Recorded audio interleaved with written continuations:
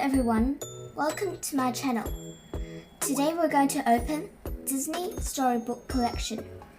It is an advent calendar with 24 festive countdown books for every day.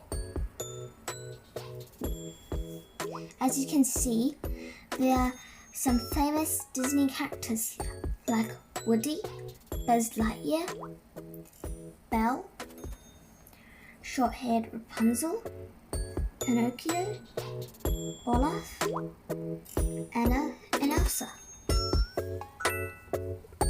Now let's open the book. On the back of this package, there is an overview of all of the books inside. Now let's have a view of the inside. Now let's see what's inside. Here's the day one package. Let's take the book out.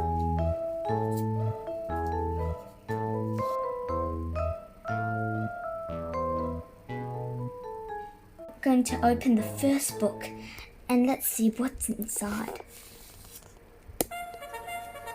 It's Mickey's Christmas Carol.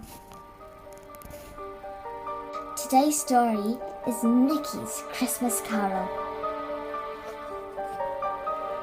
Mickey's Christmas Carol.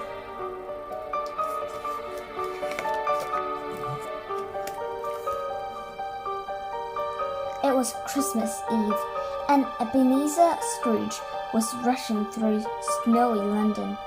Scrooge didn't like Christmas, and he don't believe in helping the poor. He barged past callers and wouldn't give a penny to anyone.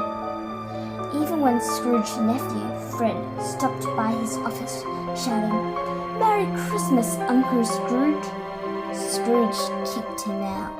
A while later, Scrooge's assistant, Bob Cratchit, stepped down from his stool to go home. "I suppose you'll be wanting tomorrow off," Scrooge barked. "But be here all the earlier next day." "Thank you, Mr. Scrooge," cried Bob. "And Merry Christmas," he called as he went. "Bah humbug," muttered Scrooge. Later that night, Scrooge locked up his office and went home. As he went to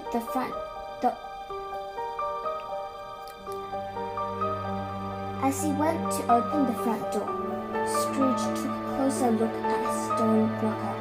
He gasped. On the knocker was the face of his old business partner, Jacob Marley. The face began to move. He softly called, "Scrooge!"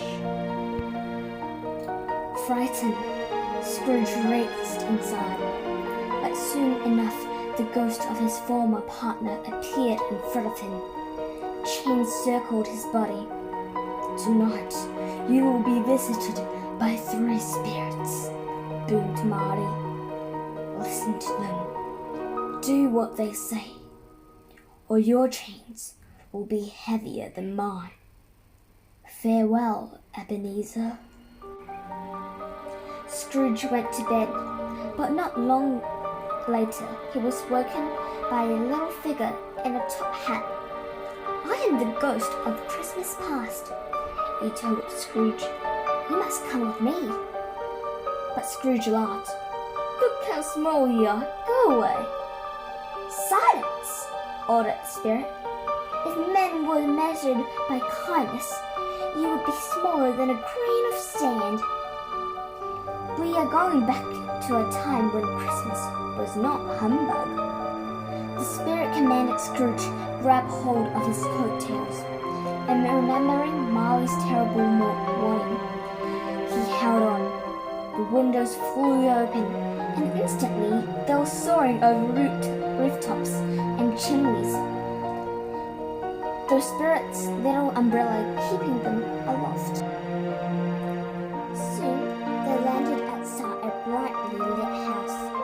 Joyful Christmas music filled the air. Peering through the windows, Scrooge couldn't believe his eyes. "Why, it's Isabel!" he cried, steadily remembering the girl he had once loved. But who's she dancing so merrily with?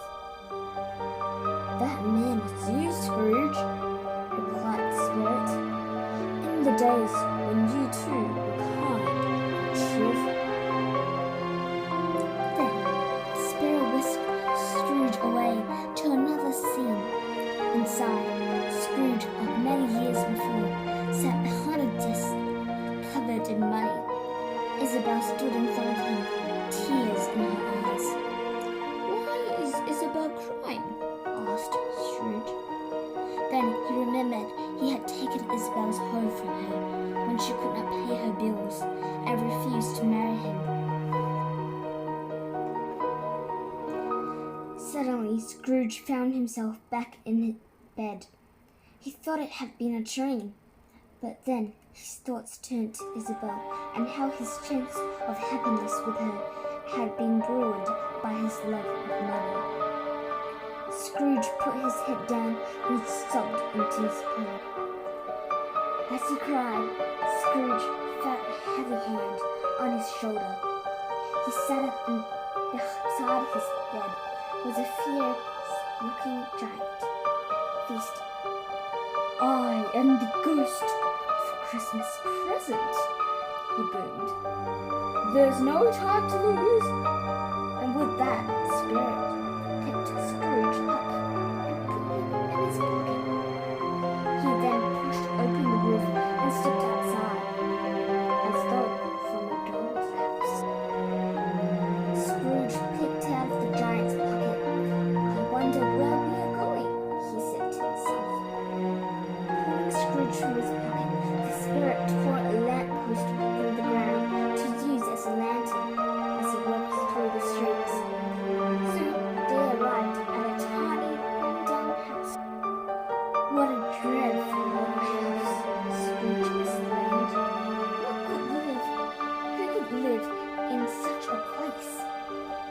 Perhaps a miserable beggar. "Look closer, Scrooge, and tell me who you see," said the spirit.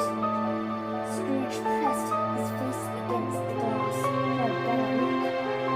"Why, it's Cratchit, my cloak," he said with a surprise. "Does he live here?" The spirit scowled. "Look at how he looks, thanks to your generosity. Look at the food your family must eat on Christmas Eve, because it's all they can afford." The hungry Cratchit family sat at their table, about to carve up the smallest goose Scrooge has ever seen. Scrooge watched a boy named Tiny Tim hobble into the room, leaning on a little crutch. He gave thanks to Scrooge for the meal, and Scrooge felt ashamed. "Tell me, spirit, what's wrong with that kind lad?" asked Scrooge. "Much, I'm afraid," the spirit replied. "If these shadows remain unchanged, I see an empty chair where Tiny Tim once sat." Suddenly, the scene went dark, and Scrooge was alone. Church bells tolling in the distance. Just then, swirling smoke engulfed Scrooge, growing thicker and thicker until he couldn't see anything around him. Smoke blew into his nose and he coughed. As the smoke lifted, Scrooge found himself standing in a graveyard. There were tombstones everywhere, covered by snow. Scrooge looked up to find he was no longer alone. A horrible shadow, his face hidden inside a cloak, stood silently before him. "Are you the ghost of the Christmas of the future?" stuttered Scrooge. "Tell me what will happen to Tiny Tim?" The spirit just looked at Scrooge, then raised his arm to point to something in the distance. Scrooge looked to where the spirit was pointing and saw Bob Cratchit and his family gathered around a tombstone. Bob knelt down before a little gravestone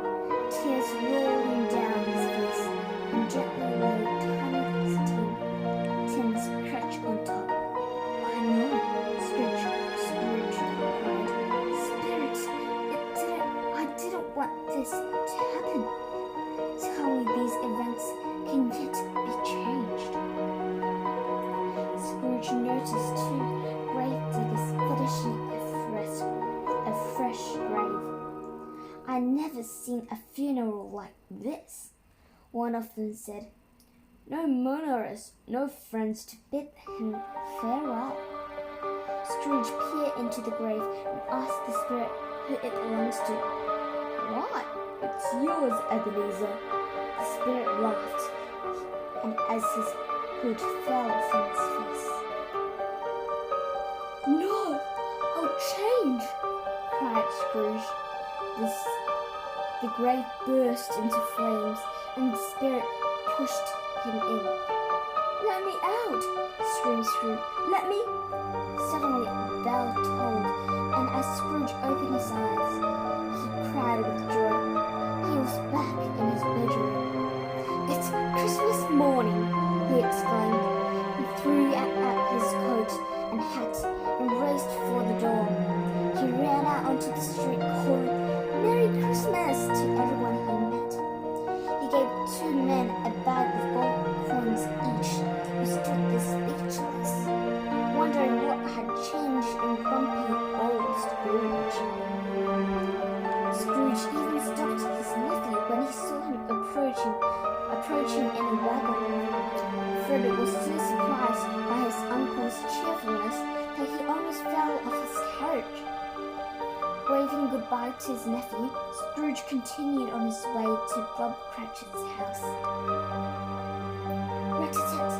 Scrooge knocked on his employer's door. Bob opened the door, and his face fell when he saw who it was. "Why, Mr. Scrooge, Merry Christmas! Won't you come in?" he said. Scrooge stepped inside and dropped a heavy sack on the floor. Scrooge then broke into a massive smile and told Bob he was getting a pay rise and he'd brought food and toys for his family. Bob Cratchit couldn't believe it. "Oh, thank you, Mr. Scrooge. Merry Christmas, Bob," Scrooge said, as the whole family danced with joy. It was a Christmas miracle. "And God bless us, everyone," said Tiny Tim.